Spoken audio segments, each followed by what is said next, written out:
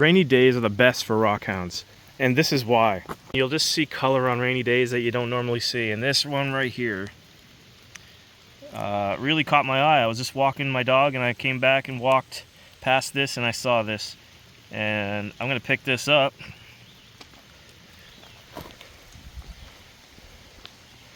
That's got some nice color in there. Now that just might be because of the rock. There's a little bit of red on the outside of it, so it might be giving it a little false color there, but I'll tell you what, man, we're gonna do something with this today. This is really cool. I think I could probably make some sort of clear pendant with this. This is some nice looking chalcedony. I probably picked this up on the beach. It was dry and it probably didn't look as good. And then I just tossed it in the rock garden here, but let's get this dry, let's see why I tossed it. But you can see as it's wet, it's gonna look pretty good. So let's go into the shop and see what we can do. So we're back inside the shop, and here is our piece of chalcedony that we found outside. Here it is dry, and you can see it doesn't have that kind of deep blue purplish look anymore. It's kind of got a gray look, but I think this is still gonna look really nice. The pendant we make with this today is going to be on the Etsy store. Head on over there if you want to pick it up. First come, first serve. It'll be on the Etsy site at the showing of this video when this video goes live. So if you're viewing this right now, it could be there. So head on over. Link is in the description. It's got a super waxy feel to it. You could see it on the rock surface there. So this is going to take, I think, a really awesome polish. And I don't see any fractures deep in there. There's one right here, but I think we're going to cut that off. We're going to cut that off right here. And then that's going to leave us pretty much this whole entire rectangle piece of the chalcedony to work with, which I think we can get a 25 by 18 oval pendant. And I think what we're going to do is use a clear back silver bezel, so you can hold it up to the sunlight and you'll be able to see through it. It'll be transparent. So I think that's what we're going to do with this. The tricky part is to get this basalt off and get that chalcedony isolated so that we can actually work with it. We just want to work with chalcedony. We don't want any basalt. So what we're going to do is grind this away on the flat lap till we get it down to the chalcedony surface, and we'll cut this off with the trim saw.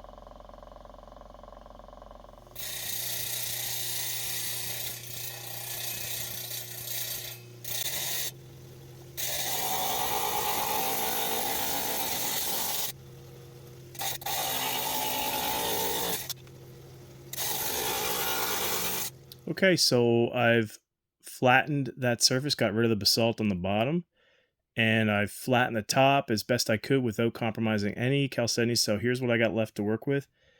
That's about a 1 centimeter thick piece of chalcedony, and it's still got that kind of bluish purplish tinge to it.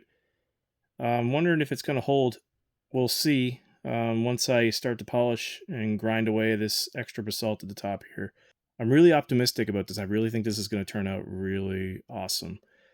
And I did measure it. It's going to fit a 25 by 18 oval bezel on there. And that's the type of open back bezel I have. So it's going to go on there perfect.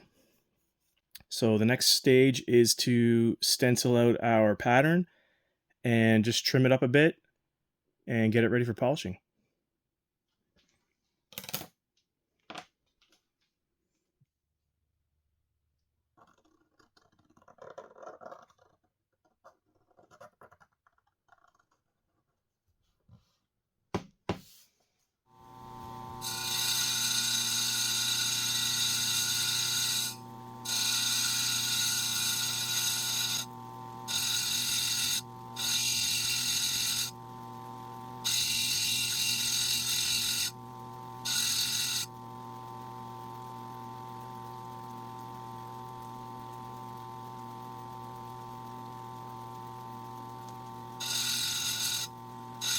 So here's our cab, ready to be shaped. You can see there's a little bit of basalt left on the top, but I've mounted the dop on the bottom.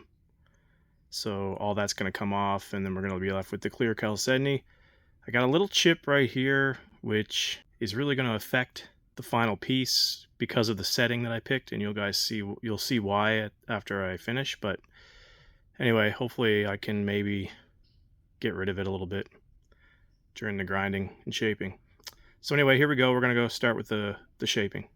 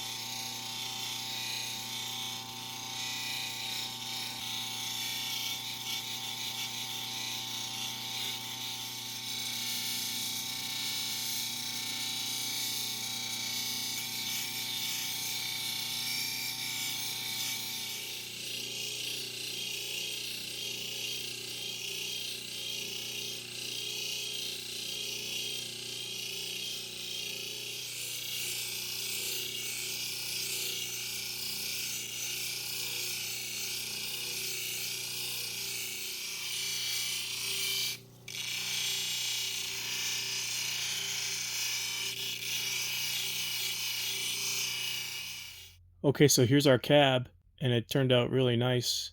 I didn't put any bevel on the edge. It's going to be just a straight edge, you can see. I still need to polish the back because the bezel I chose is an open back bezel. So here's the bezel. It's 925 sterling silver. It's going to fit in there like that. There's some silver clasp to hold it in place, and you can see it's a see-through back, so the back needs to be polished. So I'm going to go ahead and use my flat lap for this, and then we'll come back and put it in the setting.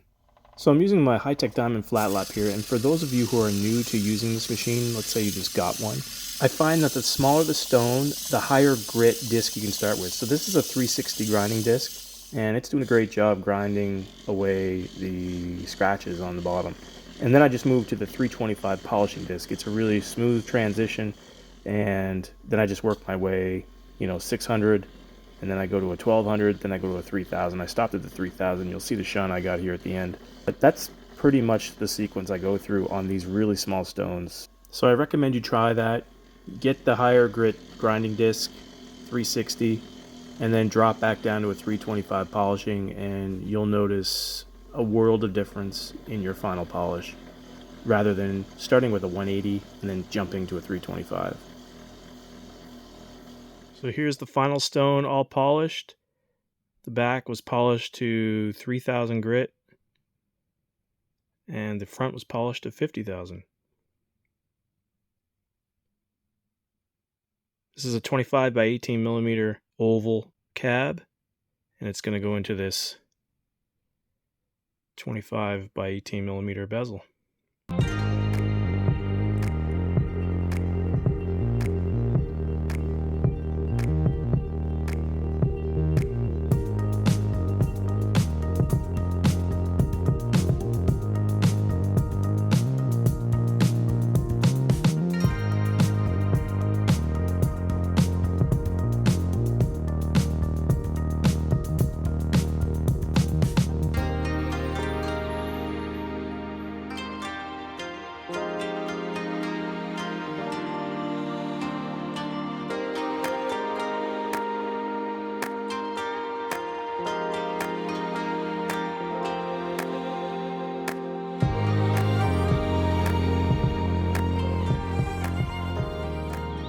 Well, here's our finished product. It's a Bay of Fundy chalcedony turned into a beautiful gemstone.